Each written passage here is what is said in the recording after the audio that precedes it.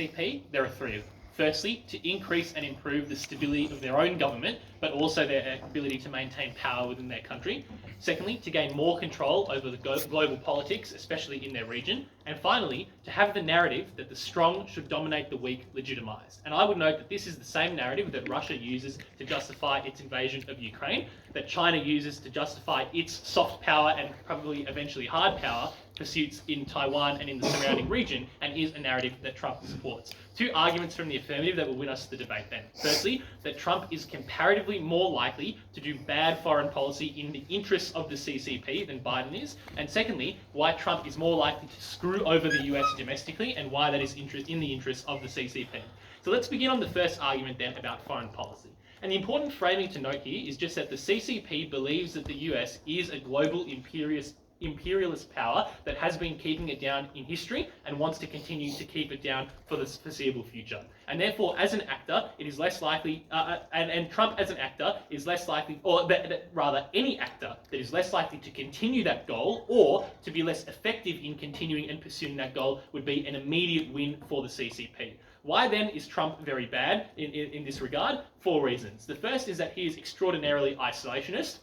For example, he's even said things like, I will end the Ukraine war on day 1 of my presidency, which can only mean that he would pull out funding for Ukraine, and therefore that is how he would end it. But he has also, pursued the line of saying we should not give weapons or be involved in any foreign entanglements, and has obviously claimed to withdraw from several different defence treaties, including NATO and, for example, the Quad. He is exceptionally isolationist and maintains that rhetoric throughout all of his campaigning, and that would mean that ultimately the impact is that the US, by pulling out or becoming more isolationist, allows China to expand more, to gain more influence, and to operate in the areas around it.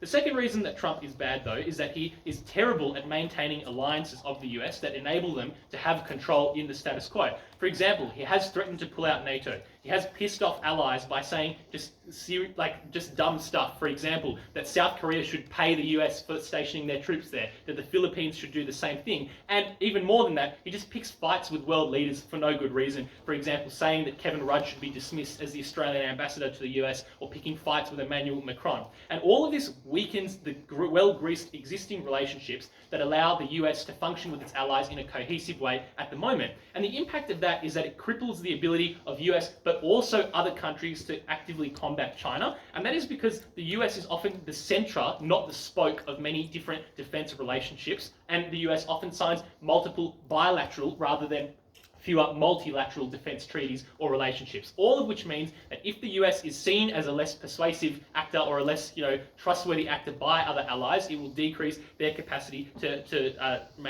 hold China from doing things like invading Taiwan or expanding into the South China Sea. Third argument then is that it is, the third reason rather that Trump produces good foreign policy in favour of the CCP is that he supports the same narrative that the strong should dominate the weak ideologically. For example, he has praised Putin and Xi Jinping as being smart and good leaders, and he also has a lot of America First rhetoric. For example, that he would invade Mexico and kill the cartels, or that we should build a wall and make Mexico pay for it. And the impact of that is that the CCP is therefore able to argue its case or defend against its actions by saying we have ideologically what we're doing is no different to what Trump or the US is doing, for example, in forums like the UN or the ICJ, which means that he is a favourable actor for the CCP to be in power. The final reason then that he produces foreign policy that is in the interest of the CCP is because often in an effort to appear strong, he does things that have a disastrous effect for the US. For example, with the Iran JCPOA deal, he pursued maximum pressure on Iran, which actually brought them closer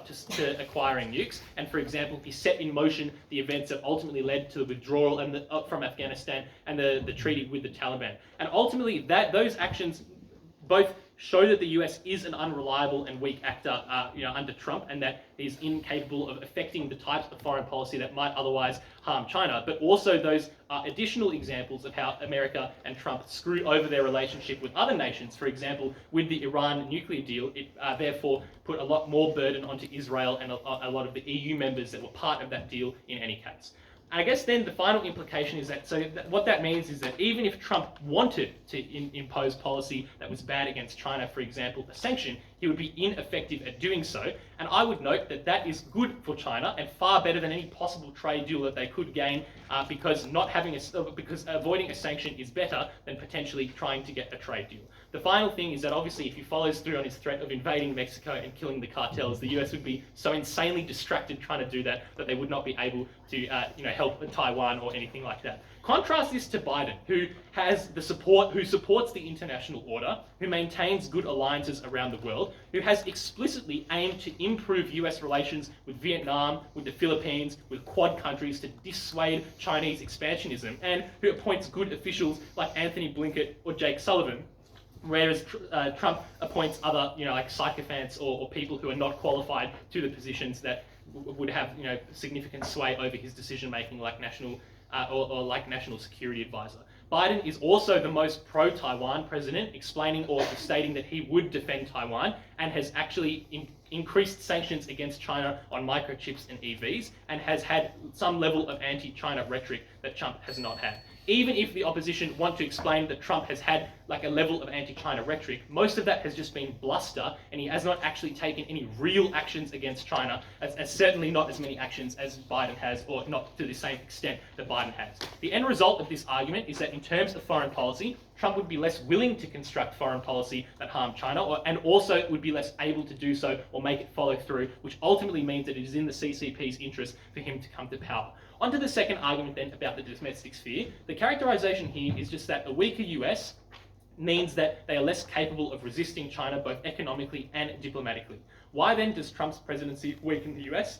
4 main reasons. The first is that Trump is unprecedentedly good at generating turmoil domestically. For example, he often does things that violate the Constitution or overturn established procedures, like he's done illegal deportations, he had the Muslim ban, and he has said that he will punish enemies that rigged the 2020 election and free the Jan 6 insurgents. All of that means a lot of American media and attention and focus is then distracted on domestic issues rather than on international issues, but it also means that a lot of think tanks or policy makers are more focused on that rather than international issues. The second reason though is that Trump struggles to build coalitions of things that he wants to support. So for example, he wanted to repeal Obamacare, but couldn't even wrangle the support to actually do that. And the implication here is just that even if his policies are going to be bad for China, he won't actually be able to get them to pass. And most of the things that are otherwise bad are often due to his own inaction.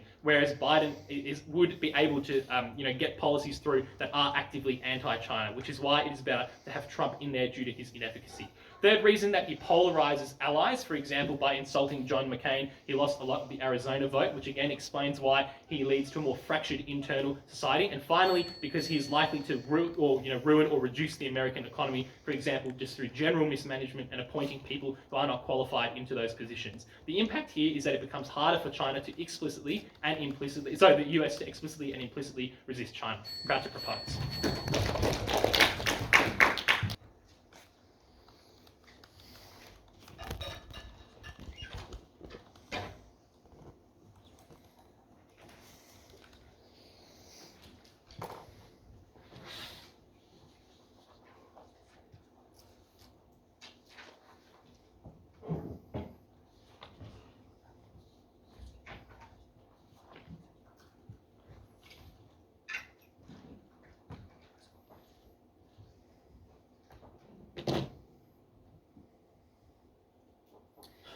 The central argument that China has been able to make to the world in its quest to be understood and by the world and erstwhile developing nation allies as a global superpower is that it is the beneficiary of an economic miracle it would love to share with the world, with huge loans for infrastructure and poverty alleviation.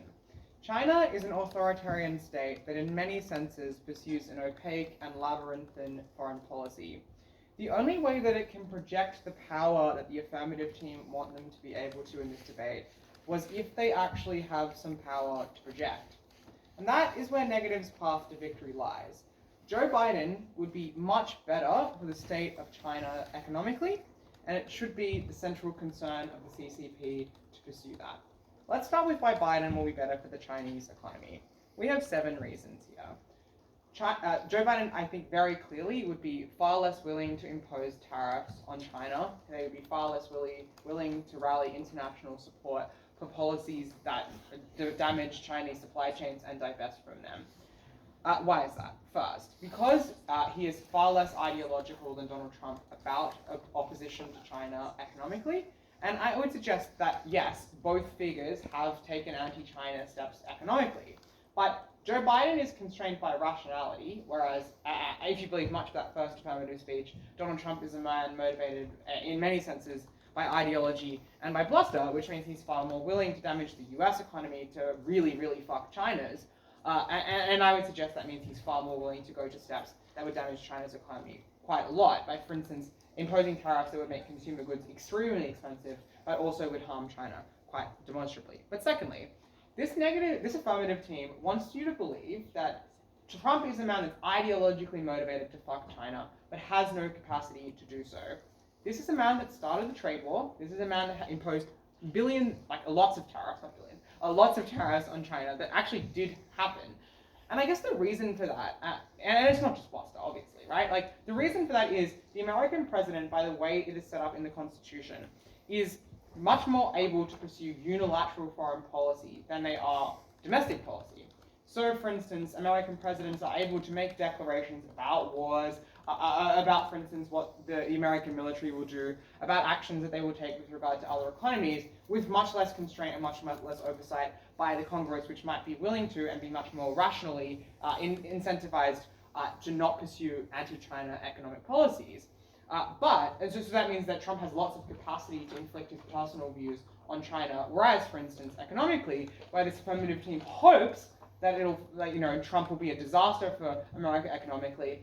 Rational Republicans who, for instance, do care about the advancement of the American economy, who do care, for instance, about the continuation of the deep state of America continuing to be stable, probably he would be far more constrained in that sphere. But thirdly, it's clearly important to Trump's electoral bind, as this team concedes, that he is an isolationist, that Trump is an isolationist, which means he's much more willing to make this salient in the policies that he pursues, for instance, when he hopes his party to win in the midterm elections, and so he's far more willing to pursue those policies. Clearly, he's willing to take tariffs further, clearly he's willing to take steps to damage China's economy further. Fourthly, if Trump were to win this US presidential election, it would probably be taken as a vindication of isolationism and the success electorally of anti-Chinese politics. Because Trump is likely to make this incredibly salient in the election, as he has done in the former two, as he has done in much of his rhetoric. And if he's to succeed in that way, centre-right parties all across the developed world are likely to interpret that as a vindication of that politics, which they will also pursue. So Europe will also come along with Trump and become anti the Chinese economy, will go further with tariffs, will go further to divest from the Chinese economy if this were true. It will make much of the world, not just the United States, more hawkish. Fifthly, even if both Biden and Trump are clearly intent on harming the Chinese economy with their policies, we would suggest you'd still prefer Biden, for the reason that he is predictable. Again, his constraints are rational, they're rationalizable, he makes them clear, whereas, again, if you believe much of this affirmative team, Trump is an erratic figure whose actions are difficult to predict, which means what tariffs the US is going to impose, on what industries, at what times, in what ways, are much less predictable under a Trump government than they would be under a Biden one, which means that the Chinese economy is much more able to plan for the effect of the US and their allies damaging the Chinese economy on it. Sixthly, Biden is enormously hurt domestically by inflation. It is probably the central reason that he is likely to lose the election. And tariffs and committing to them deeply probably are going to be enormously unpopular with a set of people who, and he probably would be allergic to making claims about things like we should make the prices of our domestic goods higher so that we can fuck China. Whereas Trump is much more able to get away with that as racist rhetoric, as bluster, than, for instance, is Biden. Seventhly, if you believe the affirmative team that Trump is relatively dovish on war, is averse on war, things like Ukraine, they would respond probably far more often to threats by China as they posture in the South China Sea, as they posture with Taiwan, with things like tariffs under Trump. It's clearly his preferred metric. It's clearly the reason he decided to start a trade war. And the impact of this is, in a world in which Biden is elected, there are fewer and more easily planned tariffs on Chinese exports, generally less irrational tariffs on Chinese export, and that matters. The US is also far less willing and less capable because of the signaling effect of their domestic politics on the domestic politics of Europe, of Australia, of much of the world, for policies that damage Chinese supply chains and seek countries to divest from them, all of which is important because China's economic position at the moment is not favorable. They suffer from overcapacity for the reason they have a population that is averse to consumption, that is oversupplied with manufacturing goods that they need to in order to support economic strength to export and have them sold because they've enormously invested in that with, for instance, government subsidies. They need free trade with the world's largest economy and they need to offload that capacity. If it's true that the United States is less willing to do tariffs that harm the ability of US and Chinese firms to engage, it's going to be enormously damaging for the Chinese, enormously good for the Chinese economy. Okay, why is that concern winning the debate for the negative team? Narrative setting and power projection, I think, are quite amorphous in this debate and marginal because Biden, for instance, through Pelosi's trip to Taiwan, under his leadership, has been able to provide the CCP with well and truly enough fuel to rally the domestic population around it. All you need really is the ability to spin the United States' actions as oppositional to China, which both Biden and Trump very clearly provide. But what we provide is the actual policies that actually impact the Chinese economy on a subtle level, which do have a big impact on their ability to do other things that they might want to do. So, China, as I've established already, needs to legitimate itself in order to win allies, in order to be seen as a superpower, in order to persuasively sell that argument to erstwhile allies. For instance, if it has no capital to do the Belt and Road Initiative, no capital to finance the Asian Development Bank or alternative financial institutions to the United States, it is unable to make persuasive arguments to people. So this is upstream of messaging internally because it provides no capacity to do that messaging persuasively. But also, China has a revealed preference, clearly, to pivot away from its ideological preferences. For instance, it's lifted a bunch of tariffs on Australian imports to try and cozy up to Australia, to try and limit the impact of the West distancing themselves from China on China's economy, clearly reflects a willingness to prioritize the economic strength to pursue power projection policies over those of short-term, ideological projection domestically. For that reason, China's economy will be fucked by Donald Trump, and the CCP should clearly not want that.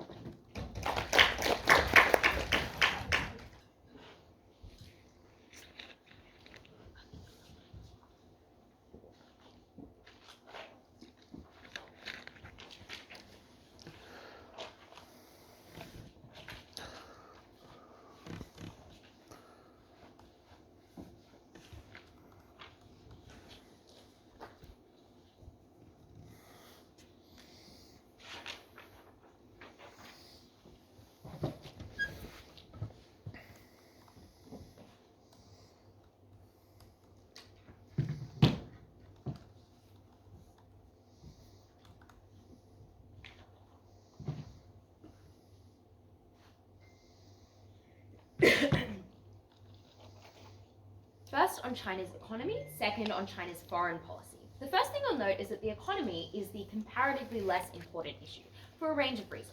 Firstly, because China's economy is existingly strong. Obviously, it has suffered from various things such as the property crisis, which I note is relatively easily solved by China's centralized economy compared to if this happened in another nation, but it's still a world leader in terms of productivity, in terms of GDP.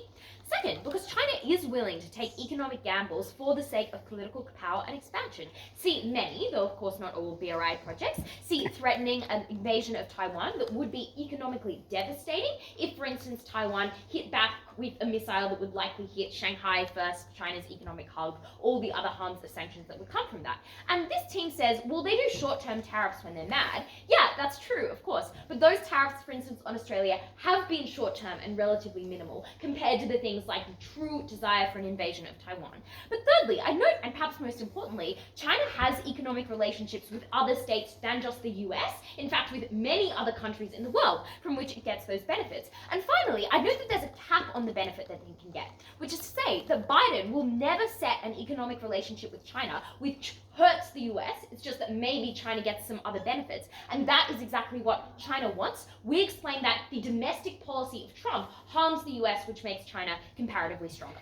Let's deal then with the mechanisms they give. They say they give 7. I think they give 2. The first is that Trump will impose tariffs. The first thing to note is that Biden has already imposed tariffs, and their claim that he won't want to do any more because they'll be inflationary is just symmetric. Obviously, Trump would of course, not want to be the president who continued inflation, who failed to fix it. But secondly, there are many reasons why Trump's suggested tariffs are extremely unlikely to pass through Congress. The first thing to note is that they are universal, right? Like they're attempting to be applied until we equalize the trade deficit. And thus, they would hurt the US vastly more than China, because the US loses trade with all nations, whereas China only decreases their trade with one nation, that is the US. But secondly, because they are extremely inflationary, as suggested by this team, they'd also be just a huge GDP hit. Companies could just raise the prices. And it's very likely that other states would retaliate against the US. For instance, nations within the EU, which would then apply tariffs on the US. And this analysis is very useful for the affirmative team for 2 reasons. The first reason is because it just suggests that it's highly unlikely that this tariff passes through Congress, noting that is very likely, and it's extremely unlikely that Trump has Congress as well as the presidency. But second, it explains that even if this tariff does pass, it is actually in China's interest. Because yeah, it means that China loses someone to trade with, but it hurts the US vastly more than it hurts China, which is incredibly important. It means that China can more easily oppose or dominate the US in the UN, in trade deals that do happen in the future, but also that it becomes the comparatively stronger economy, which gives it power, gives it a first mover advantage in nations in the developing world with which China and the US neither have trade relationships, that it makes it stronger and more attractive to trade with, that it just gives it the projection of dominance in the world, which China sees comparatively, given that it's fighting to be the great power alongside the US. Their second claim, though, is, well, Trump is less predictable and more insane than Biden, which is, of course, true. But firstly, that is, of course, a reason why Trump weakens the US domestically, and that means the US itself gets screwed over. He is unconstitutional and destabilizing. He can't build politicians to pass policy. And I want to note that those 2 claims are not tense with one another, because it's very easy to wreck stuff. It's easy to take away good policy. It's easy to propose crazy policy, like going to war with Mexico, that starts discourse, wastes time, and necessitates other people to, race to the bottom in terms of other policies. But it is very hard to do anything good without coalition support, without actual money to back it, which is why we get our cake and eat it too. But secondly, even insofar as you believe that Trump is insane and can enact his insanity, it is extremely unlikely that China suffers the consequences of Trump's insanity. It's far more likely the US domestically does, for a range of reasons. The first thing to note is that Trump does respect Xi, as he does, for instance, Putin. Trump picks fights with lots of people in unstrategic ways, but they're people he doesn't respect, people like Macron and Rudd and so on. He does indeed respect China as another authoritarian state. But secondly, as I note before, China is a very important trade partner for the US. Trump is very unlikely to control Congress, so on this very important foreign policy issue, his power is likely to be checked. And I note finally that it is just substantially easier to stir mismanagement and insanity domestically rather than doing this in terms of foreign policy, which is why we win very clearly on the economy.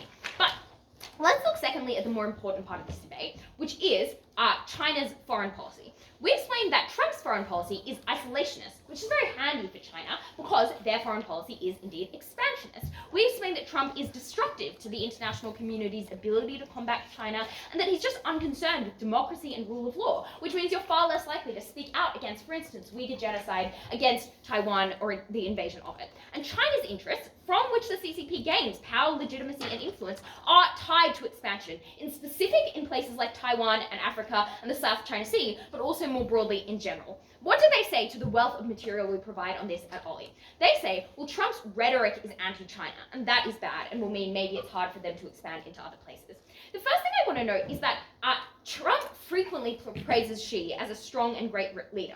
Obviously, Trump has said lots of racist things and has given out anti-China rhetoric, but I want to note that that is just rhetoric. Like, the CCP officials and the people of China are pretty smart and can understand, actually, you haven't done substantial policies that are against our interests. And it's very easy to justify this rhetoric with reference to the pro-China Trump policy. During Trump's term, he was a relatively pro-China president. It is simply false that he was not, given that especially Trump says racist things about many countries and many groups, but the proof is in the pudding, which is having comparatively better policy on China than on other states. And I note importantly, that rhetoric isn't insulting, because you are being America first, which China sees as respectable, because China is China first. China and America both that is to say, America under Trump and China under Xi, both buy into the same ideology that the weak should dominate the strong, that is how the international order should operate. So even if you are not always aligned in your direct interests, you buy into that same ideology. Let's compare that to Biden, who also has been extremely anti-China in both his rhetoric and his policy. I note that Biden came into power at the beginnings of COVID, when there was all sort of talk among politicians in his party, among himself indeed, that COVID was like a lab leak from China, that China was being bad on the international stage,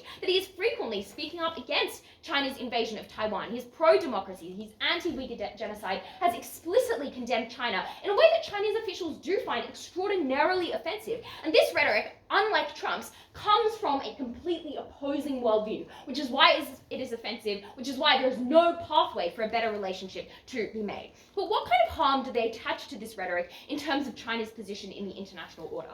They say, well, centre-right parties now are much more likely to, to oppose China for the same reasons if they hear Trump's rhetoric and buy into it. Firstly, I'd say that lots of centre-right parties across the world would oppose China for exogenous reasons, like racism or fear of Chinese dominance in the economy or whatever, that is totally separate to just Trump spouting some more rhetoric that might be racist. But secondly, it's very likely to have the opposite effect, because other states are much more likely to de-risk from China if they see the US acting in the same way that they do on our side. So it is far, far more likely that we allow China to expand. We stop the US opposing, for instance, its expansion into the South China Sea, its increasing expansion into Taiwan, which is the most important interest of the CCP. We make the US weaker, and that is why China gets better. We win.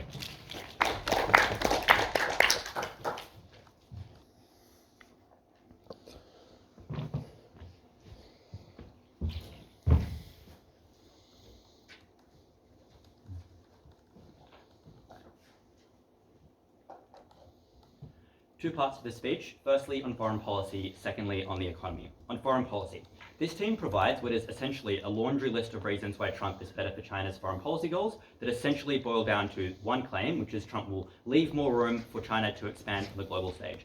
What I want to do in response to this is just make some observations about why these claims are either untrue or unimportant. Firstly, I would point out that China's global expansion strategy historically has not been to attempt to win over current US allies. That is more expensive than winning over other allies. It's harder to do, and it inflames tensions with the US in ways that are bad for China's economy, which means they preference regions that are not currently captured by the US to try and build stronger relationships there. That looks like building relationships with countries in Africa or building stronger relationships with certain countries in Southeast Asia and Southeast Asia that the US currently doesn't have a particularly strong grasp over, which means even if this left room in some countries, those weren't the countries that China is going after or was interested in building stronger relationships with. Secondly, increasingly, this has become a lower priority for the CCP, such that you should deprioritize it as one of their interests. They have de-escalated the Belt and Road Initiative, and increasingly, this level of expansion and this imperialist ideology has appeared less and less in the CCP's messaging. But I also point out that it's never really been that significant of a part of China's rhetoric and China's policy, in that the Chinese government has always been an anti-imperialist government because of its history, which means it's unlikely this is a central component of their messaging that's so important they would prioritize it over other clear interests like the functioning of their economy, their capacity to build stronger relationships with other countries that are economically meaningful and economically beneficial. Third response to this, many of these changes that they explain just aren't that significant for the reason that they are extremely short term. Things like leaving NATO or leaving to the WTO are things that happened once, but like last time, will just be undone by Trump's successor. And when we saw that historically, it didn't seem to have a very lasting impact on the United States' position on the global stage, because you can't undo sort of 100 years of being essential to the global order in one 4-term presidency and make yourself so unreliable that no country sees an interest in having a strong relationship with the US going into the future. But also, for the same reason that this team points out about Trump's specific ideology and specific statements and character, a lot of these changes are associated with Trump specifically, so it becomes a much less concern about America's ongoing reliability when the next successor is a different person to Trump, whether that person is a Democrat or a Republican. Fourth response I would make to these claims, though, are just that their claim that without the US, the world can't oppose China seems pretty implausible. Like the idea that even if all of this is true, the US stepping down, it isn't then clear to me how China all of a sudden becomes the next de facto world leader. We're talking about other extremely large actors, groups like the European Union, which pretty easily are able to fill the void that the US left and have strong incentives to do so. So I'm not entirely sure why, even if all of their claims are true, you should believe them to be extremely persuasive. Fifthly, as we explain, even if you believe all of their claims, what our mechanisms are upstream of this, which is to say, their method of of expansion is making themselves economically important to other countries and making other countries economically important to them. This requires China to resolve its overcapacity problem, to have the capacity at a functioning economy that can keep the spending that they require in order to engage in the global expansion that they say is a prerequisite. So even if you believe we cause a small harm to foreign policy, we get a much greater benefit on capacity, which outweighs it, because on their side they can't do any of it at all. The sixth and final response to this they'll give is to point out there are just several tensions in this argument. For example, they say things like Trump is isolationist, but also in a few sentences later say that he legitimizes the narrative that the strong should dominate the weak. Someone who says we should invade, like we should step out of Ukraine, or that we should remove ourselves from the WTO, does not legitimize or sustain that narrative in any meaningful way. I think that should persuade you that these claims just are not that plausible and not that significant. I'm now going to spend the majority of my speech explaining why we win big on the economy and why that should outweigh you over any change to foreign policy. On the economy, this team provides a few responses to the claims that we make. The first response they have is to say that tariffs just won't pass in Congress, so there's no way that this is going to occur. A few responses to this. First, I would point out that this might be true now, in that if Joe Biden tomorrow decided to pass a tariff, that would be pretty strange and unpopular. But to have a president that has campaigned on the idea of increasing tariffs, that has campaigned on anti-China rhetoric, win the presidential election, suggests a strong legitimization of that, both in terms of what is democratic, like it increases the capacity that senators and congressmen believe this is something that is viable to do because it's part of the democratic mandate that Trump has, but also just persuades them more that would be popular amongst their voters. If their voters have voted in a president who wants to do this kind of policy, they are more likely to believe that it won't have significant backlash or consequences on them. Secondly, I would point out that there are ways that Trump can pass this without going through Congress. That looks like, for example, passing executive orders. The third and final response that I'll make to this, though, is that history is on our side. We have seen Trump launch a trade war against China pretty successfully, and the reason why it can start small and then become pretty significant is once Trump starts a trade war with China, even if he's only able to pass a fraction of his desired tariffs, that necessitates a response from China, which then leads to a more overwhelming set of tariffs eventually being supported and being popular amongst the American people. The next claim they make is that this is all just bluster. He won't actually try and do it. Two responses. Number one, this is a pretty big gamble to make, and also makes that gamble much more misinformed and less certain, which is to say, maybe it's bluster, maybe it isn't. That uncertainty is in and of itself a harm, because someone who is more certainly going to do a smaller set of tariffs is something you can economically predict and work around. Someone whose set of policies are very unpredictable is much harder to deal with. But secondly, this is just not true. Like, Trump has, when he was last president, enforced these policies. He has a clear revealed preference to not just do this set of policies as a piece of rhetoric or a piece of bluster. Their final response is to say that this is actually good for China because it makes the US weaker. Two responses. Number one, yes, it makes the US weaker, but that also makes China weaker. Like, if both sides are getting tariffs, the economics, race doesn't change very much, but both are able to have a less productive economy, are able to sell fewer of their goods and consume fewer of their goods. The goods that are sold to both of their citizens become more expensive. Unclear why they would prioritize a harm to the US if it also meant a significant harm to themselves. But secondly, even if they can avoid that short-term hit and avoid somehow receiving tariffs in exchange, etc., I think this would eventually be a harm. You're talking about the world's largest consumer market. If that becomes weaker, you lose demand for Chinese goods, which means the overcapacity problem that China is currently experiencing becomes worse. Why do we win then on the economy on weighing, and why should you prioritize this material over their material on foreign policy? They provide a few pieces of weighing in the second speech. The first is to say that China's economy is strong, so an effect here doesn't matter very much. This is a little bit true. Like, yes, it can deal with things like the real estate market slightly better than other countries could because it has a centralized economy, but it's unresponsive to our analysis, which is that China has a very productive economy, but that productivity in terms of its benefit to the economy is fragile because it is contingent on you being able to sell those goods which you produce so productively. And China's problem is actually that it is that productive, because it's producing all of these goods has stimulated so much its manufacturing sector to produce complex things really efficiently, but now can't sell those goods and can't get the return on its investment that it requires. These tariffs are devastating to that delicate balance that it currently relies on. The second piece of weighing is to say that some of these foreign policy goals from China are very important, e.g. on Taiwan. Firstly, I'm not very sure that China actually wants to invade Taiwan. Like, that would have pretty serious consequences for it. It would be pretty damaging. I think far more likely they like to use it as a piece of rhetoric. And I would point out that Biden's clarity and his rhetoric regarding Taiwan is a benefit for China because it enables him to keep the people on side on invading Taiwan.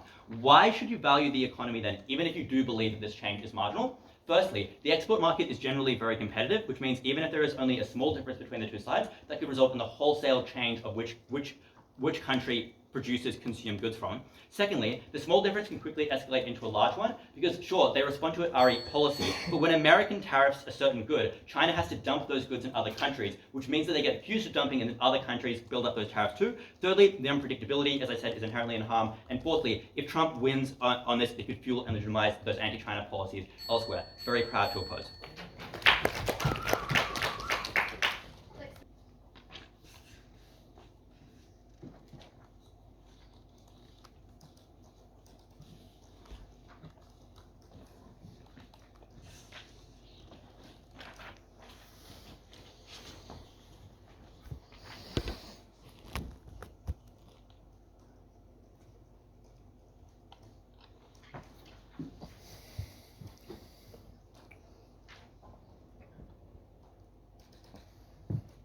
For this negative team to win, firstly, you must believe that Trump would be worse for China's economy. That Trump would be worse for China's economy than Biden. You would secondly need to believe that the harm that does to China's economy outweighs all of the other harms that we point to that Trump would definitely inflict on the US and on his allies that China cares more about. And the only reason they really give you as to why both of these premises should be, if believed, should be weighed over the things we tell you, is to say, well, like, a loss is guaranteed, whereas, like, inflicting a loss on the other person is something you care about less than a certain loss to yourself. Here are some intuition breakers as to why countries often care more about inflicting a loss on other countries than avoiding a loss to themselves, so long as the loss to the other country is bigger. For example, anytime a country engages in war, it inflicts a loss on itself in return for inflicting a larger loss on the other country. Anytime a country engages in sanctions, it accepts a loss onto itself in return for inflicting a larger loss onto another country. Foreign aid often involves loss on yourself with money that could have been spent on you to gain influence at the expense of another country, as does things like military spending in general, which is money that could have been used productively, but is instead spent on the military in order to be able to inflict harms on other countries or inflict influence on other countries. So even though this might harm China, if it harms the US and the US allies more, and it strengthens China's position on the global stage, that seems like exactly the kind of thing China specifically, but countries generally, are okay with accepting time and time again. But let's defeat those two premises. Firstly, would Trump do more tariffs? We get 8 reasons why this is true. The first reason we get is that Trump is more ideological. This is just untrue. Trump is a selfish actor, not an ideological actor. He prioritizes at every turn what is in his own self-interest. We note he's a businessman. He has very strong ties to the Chinese economy and to China in particular. He wouldn't want that economy to be harmed, which is why he hasn't done very many things that have actually harmed China. Secondly, we note that it's very easy for him to position himself as anti-China without doing much. It's very easy for him to bluster. He's very effective at it. Thirdly, there are other things you could do. For example, bans on TikTok or other things around the edges that position you as anti-China, make everyone think you're anti-China without doing anything. Secondly, they say Trump is erratic, which seems like a reason why their harm will not eventuate. But secondly, does not address our mechanism, which is that you must go through Congress in order to enact tariffs. So even if Trump is erratic, that doesn't mean his actions can be surprising. They just mean they might not happen. Their response is to say you can use executive orders, not how executive orders work. Executive orders allow the government to order various parts of the government to do or not do things that they are legally entitled to do, not to change the law on what the government would do. So you can't do things like trade wars via executive orders. The third thing they say is Biden wouldn't want to do tariffs because of inflation, but Trump would. Well, I think there's a very strong incentive for no politician to want to be responsible for inflation. It would be very easy to pin the blame on continued, sustained, or increased inflation on a series of tariffs that have just been implemented. Liberal media would have huge incentives to do so, and even conservative media that, for example, pays a lot of homage to free market economics would probably be quite upset. Businesses would campaign against him on this. It would be terrible. But secondly, we would point out that Trump is explicitly an America First candidate who says we shouldn't spend on other countries because it's sacrificing for other people's gain, which is exactly why he wouldn't be able to ask of his citizens to make a sacrifice of their economic well-being in order to stop China. That's precisely the trade-off he says people should not have to engage in.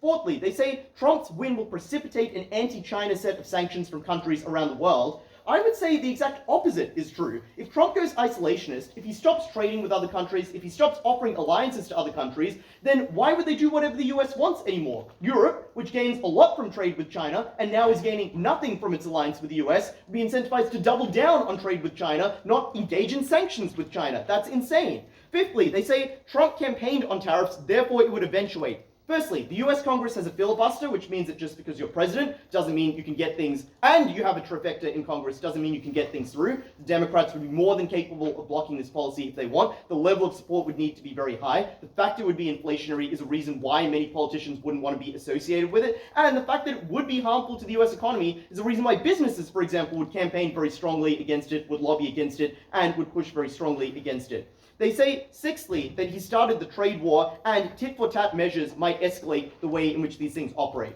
Firstly, we point out that the trade war he started involved very minimal actual disruption to trade, explicitly for the reason that his interest is not to prevent that trade from occurring. And secondly, that tit-for-tat retaliation is something explicitly within the CCP's control. So if it's in their interest to avoid the escalation of tariffs through tit-for-tat retaliation, they will just not engage in tit-for-tat retaliation and avoid that harm outright. That's a set of reasons they give for why tariffs will happen. I would note that many of them are symmetric, and many of them are reasons to believe that Biden would be equally committed to tariffs. He himself has incentives to portray himself as anti-China, and if you believe this team's characterization, for example, that this is something voters care about, would be willing to sacrifice, and might vote on the basis of, he, as a Democrat candidate, has all the more incentive to be far stronger on China in order to position himself as definitely the anti-China candidate. He has more to prove, he has more to demonstrate that that is true. Finally, we just note empirically, Biden has imposed more tariffs on China than Trump has. Think about, for example, the CHIPS Act. Think about his bans on EVs. Think about all of the things he's actually done to sanction China that have prevented them from doing things compared to the very minimal and blustery things that Trump did.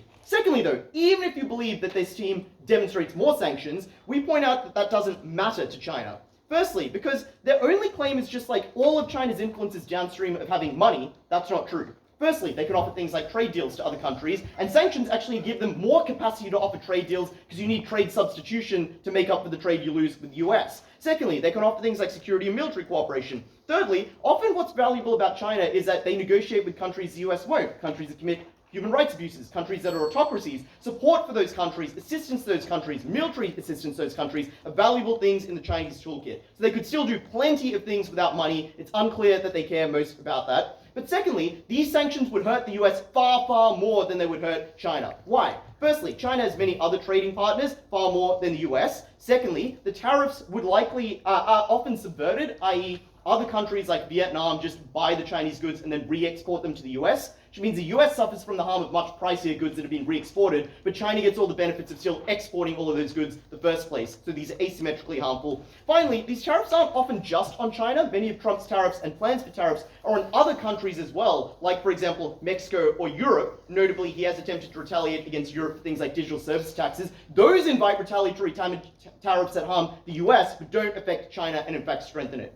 Weighing on this issue then, why should you care less about the economy? Firstly, the scale of harms from diplomacy in the military are much higher. It's things like Ukraine collapsing, it's things like an entire country losing their right to self-determination, it's things like a potential invasion of Taiwan, it's things like island chains and sea territory in the South China Sea being lost. Secondly, the reversibility of economic harms is much higher, like you can have catch-up economic growth when trade is restored, but you cannot restore things like trade, like diplomatic alliances that are very hard to build up the trust again. Finally, we point to the fact that China engaged in such substantial military spending as a reason to believe they care very much about military priorities and much less about economic priorities. We give you a bunch of reasons why Biden is terrible on foreign policy, which I won't repeat. Let's deal with the responses we get from negative. Firstly, they say that China doesn't want to win US allies. It does when those allies are in Asia, like Vietnam, or like the Philippines, but they're also in Europe. They did BRI with Italy. They want 5G services to sold to those countries. They don't want those countries to sanction them. They want those countries to trade with them. Secondly, they say China is anti-imperialist. Insane. Like, they make territorial claims on other countries. They're very aggressive about them. They've traditionally had vassal states, and they often try to do so.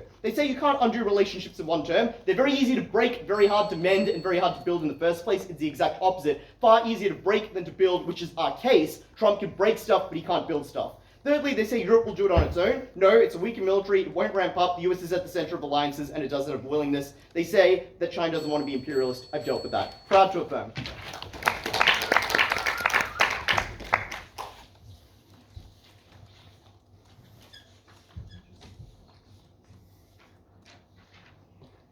The inexorable rise of China occurring in a world that is diminished, fragmented, and dysfunctional does not very excitingly innovate narratives of Chinese diplomatic supremacy. China's aspirations for itself are higher than that. It cares about being a real superpower, not a winner by default, and certainly not a winner of a Pyrrhic victory, which is the claim we make on side negative. Two parts of this speech. Firstly, on China's absolute power, I guess mainly the economy, but what do they think about Trump's relationship with them? And then secondly, on their relative power, i.e. what will Trump do in the United States of America. Starting with what Trump will do in China, the first thing I want to do here is, I guess, just kind of some framing or characterization to contest the ways that this side affirmative attempts to characterize Trump's relationship with China. The first thing they do is they just tell a lie, which is they try to claim that Trump really likes China and can be relied upon to act in ways which are relatively China-friendly. You should not believe that assertion. I think that the OIV is aware of the trade war. I think the OIV is aware of a lot of the rhetoric of the 2020 election, where Trump accused Biden of being insufficiently hard on China, where like that rhetoric was goading Biden to be more hawkish on China. Like, so much of that coverage is like, will Biden be able to meet Trump on China, which should give you a hint about their relative positions with respect to that country. But in terms of some structural reasons, if you still don't believe it because you don't look at the front page of major newspapers, I would say, firstly, Trump is uniquely catering to post-industrial white working class voters who are pretty motivated by rhetoric on China and how they're stealing jobs. He is, as they can see, quite racist, and they have characterized him as being protectionist, which I think suggests that he is, relative to Biden, more willing to do things like tariffs. But finally, I would note that if they're right and he destroys the United States domestic economy, it's very likely he takes that out on the world at large. Like, often presidents over kind of failing countries like to be more hawkish in order to redeem themselves in the eyes of the public. I don't think political instability is something that reliably makes the US more dovish. The second thing, though, that I want to prove here is that Trump does more anti-China stuff. Because I guess this team, separate to Trump's disposition with respect to China, tries to make the claim that his general inclination is to be quite dovish, that he doesn't like doing wars, etc. The first thing I would note is that this team is just confusing about how aggressive they think Trump is. Like, on the one hand, they're like, Trump is he hates war, he's really isolationist. But on the other, they're like, he wants to do a war with Mexico, and he thinks the strong overpower the weak. And I guess, the reason why that's confusing is that Trump isn't super consistent. He is not reliably isolationist. It's true that Trump is not an internationalist, but he is a strongman, and he does benefit from ramping up those international divisions, I think, meaningfully, which I think means that it is not, it cannot be relied upon that Trump will not do these kind of hawkish things. And I think, particularly given he has a revealed preference for doing trade wars, I think it is reasonable to say that he is likely to do things like apply tariffs. Finally, they're like, on whether he can do this, he's like, well, he's constrained by Congress, which means that he just can't get the worst of it through. I guess the first thing I would note is, if he can get some of it through, it's still bad for China. I don't think that matters that much. But secondly, this is tense with their account of the domestic ruin that they think Trump would create. Like, I don't really understand how they think that Trump is going to single-handedly destroy the United States, but that he's unable to put a bunch of tariffs in. And I would note that, in fact, the United States is a political system which empowers presidents far more on questions of international policy than domestic policy. Finally, I just want to kind of increase the margin of the amount that you should believe that this impacts people, like how much China is tariffed, by noting that I think that this escapes the United States by creating quite a strong mandate for anti-China politics. Like, this is a key part of Trump's rhetoric. It is something that motivates voters, that political analysts say, look, we won over the white working class, whatever. And I think that their responses are poor. They're just like, oh, well, they won't do that. They've got the filibuster. But our claim, I think, is not really that. It's like, this creates a discursive shift where people are generally more hostile to China because that seems like winning politics. I think it becomes likely that, Ursula von der Leyen is pretty anti all the China dumping stuff. I think it actually is pretty credible that people in Europe would start to capitalize on this and be more aggressive trade-wise with China.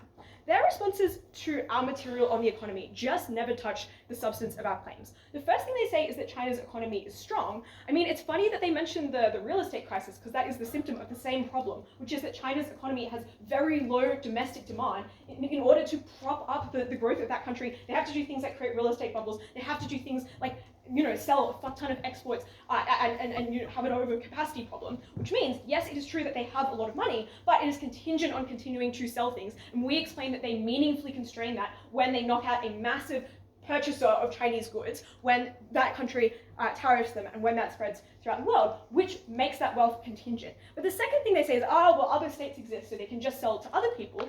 Well, firstly, the overcapacity problem is quite large, so any reduction in their capacity to sell to other countries, I think, is meaningful. But additionally, I would note that that is increasingly under threat. See the EU threatening to do things like place tariffs on Chinese goods. But finally, Yeah, no, so I just don't think that analysis really works. That means I think you should believe our claims about the overcapacity problem because they're never substantially responded to. Let's quickly weigh this about why it is the most important. Firstly, I think it is really permanent. Like, it's not the case that you can just, come back from the kind of economic crash that happens when your glut of goods, you cannot sell it to anyone and your economy goes backwards, because this is about sustainability. It is about financing these very, very significant industrial projects. I do think that needs a degree of continuity. But secondly, we note that it's prior to power projection in a really important way, and it's essential for domestic satisfaction. Finally, I think the thing where they're like, look, China likes to spend money on the military. They also like to spend money on the economy. So I guess this one matters too. Compare this to the stuff about foreign policy. I just don't think they prove to sufficiency that an outright war is likely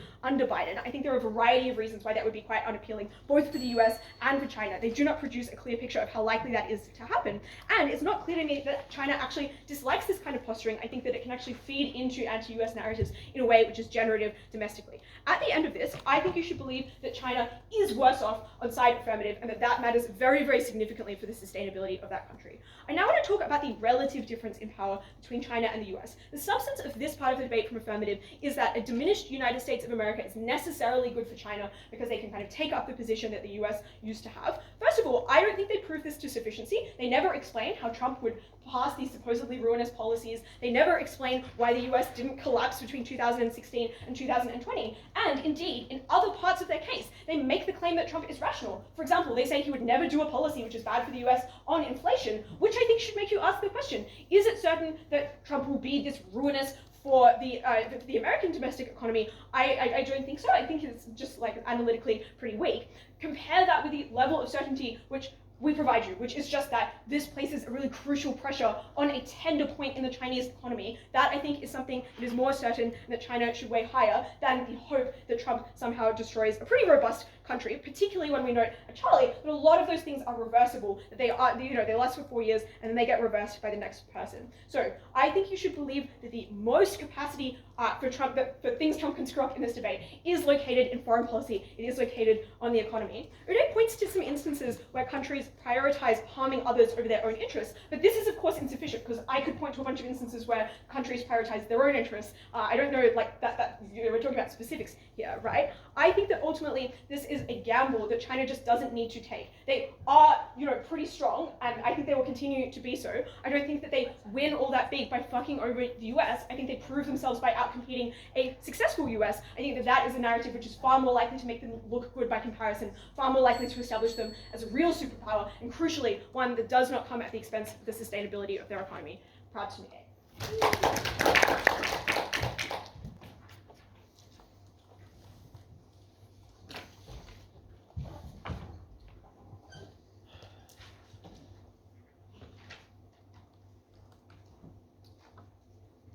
The Chinese Communist Party is the government of a one-party state.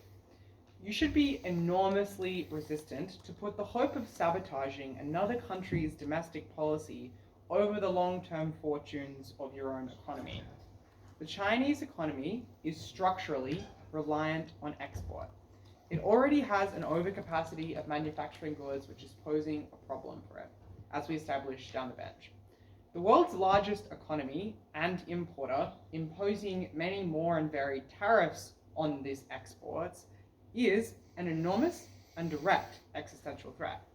It means that China loses its luster as the financier of anti-Western financial institutions and infrastructure spending. This, of course, being the thing that allows the CCP to project itself as powerful to states it hopes will be its allies. To be charitable, I want to deal with the affirmative's central claim in this debate, that Trump is ineffectual and constrained. Of course, no US president can act unilaterally, but I offer a piece of weighing in my speech that cuts against the affirmative team, I think, in a pretty devastating way. The US Constitution affords enormous independence to its executive on questions of foreign policy.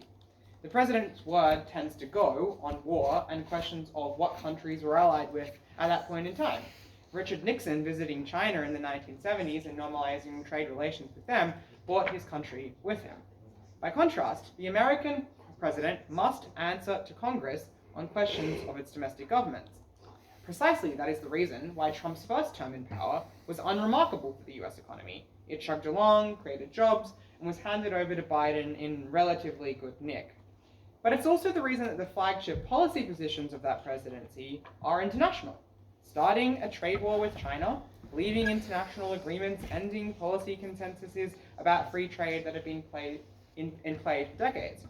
The height of absurdity is when this team hangs its hat, in many cases in this debate, on Trump somehow being restrained internationally from wreaking disaster on China, but from being allowed to run amok to wreak economic disaster or other disasters that they don't characterize domestically. So I'm thinking that we're probably cooking with gas in this debate if we land our harm to the Chinese economy. And I think we do. We argue that a Trump win would probably be internationally interpreted as a vindication of isolationist, protectionist, anti-China, and decoupling politics. Center-right governments, which do watch US politics and the results of the US presidential election with keenness, will probably accurately interpret this as a signal for the world to turn to tariffs and to turn to decoupling, which would be disastrous for China's export capacity. Affirmative strategic decision, I think, is a bit baffling. They argue that Trump is equivocal on China, or even in Sophie's speech, that he's relatively pro-China. I don't know how to respond to this in any other way than the ordinary intelligent voter would think that this team is wrong. Like, Trump is a man who started a trade war. Trump is a man that labeled China a currency manipulator in his first term when he was running for power. As this affirmative team tells you in their own analysis, this is a man whose perhaps only deepest ideological commitment is America first, is protectionism, which is necessarily anti-China. So I just don't think it's true that Trump would not be either perceived or accurately analyzed as a threat to China by the rest of the world. Of course, it's true that Joe Biden has also pursued anti-Chinese policies, as we have conceded and argued from the beginning, but Biden's limit is rationality.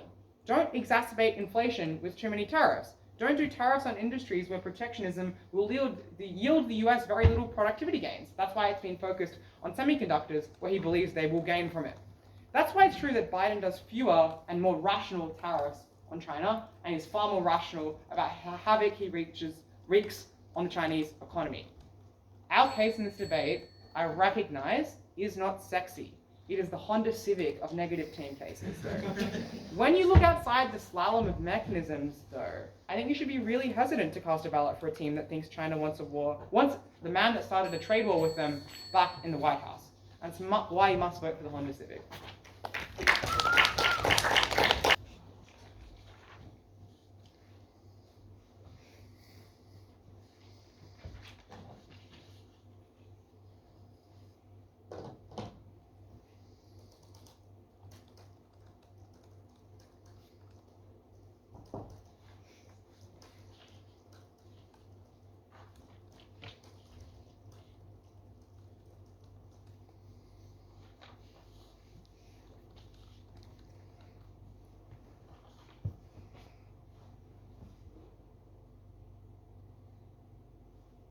First, foreign policy. Second, the economy. First, on foreign policy. Trump is an unprecedentedly isolationist president in policy, if not always rhetoric. See Ukraine, Taiwan, and so on.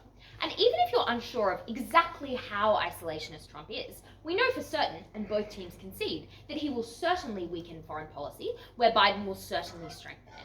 And that means that from the get-go, we win the debate on the metric of symmetry. Because amongst all this back and forth on Trump, I want you to notice, panel, the poverty of this negative team's defense of Biden on the economy. They assume that he's not economically anti-China, but they really don't prove it beyond bashing the comparative. And it turns out that that assumption is not borne out in reality. See Biden's CHIP acts and sanctions on China, dwarfing Trump's anti-China rhetoric and policy. See, as we explain at third, Biden's reasons to appease anti-China sentiment in the US, which applies symmetrically to Trump's incentives, noting that foreign policy is expensive for China because sanctions cost China money. And that explains on a metric of symmetry we're already ahead. Their only real responses to our argument about foreign policy is to straw man us. They're like, well, who cares? There won't be an invasion of Taiwan in the next 4 years. But we make more sophisticated claims than that. We say that, yep, Probably China won't invade Taiwan in the next 4 years. But it wants in that time to claim new territory in the South China Sea, to force other states into favourable trade deals, to make territorial claims that are in favour of China, and that those changes are iterative and important to the Chinese national project. And this team misses the other half of the argument that we present right from Ollie, which is that it is good for China if Russia and Iran are emboldened, because their victims are ignored and unprotected by the US. They must negotiate with China and in China's favour. All of that explains why in the question of foreign policy, we win the debate by a landslide. Let's look secondly to the economy, where their harms are symmetric, do not accrue. The economic harms to China under Trump, I would note, by both teams' admission, are also harms to the US, because tariffs are inflationary, expensive, and inefficient for the United States of America. And this sets out a very easy path for the affirmative team to win, because it explains firstly that it's very unlikely that these tariffs would indeed pass, so the negative team's harm is neutralized. But secondly, if they do pass, they are indirectly in China's interest, because China takes pleasure at the US's weakness. And we explain, contrary to the assertions of that neg block, that at every step, that it's easier to break things close to home than it is to wreck things overseas, which is why that is not tense. The third negative says, why does China even care about the US's weakness? Let's have a look at what that looks like, a weaker US and Europe for China. That means Huawei is more able to operate in those nations. It means that you allow keeping FDI from German firms into China. It means that you avoid sanctions on Taiwan. And again, we don't require invading Taiwan for those sanctions. It has been borne out in the past under Biden and not under Trump. And that is why a weakened US is a benefit for China that they care about, even insofar as you might believe that China is harmed as well.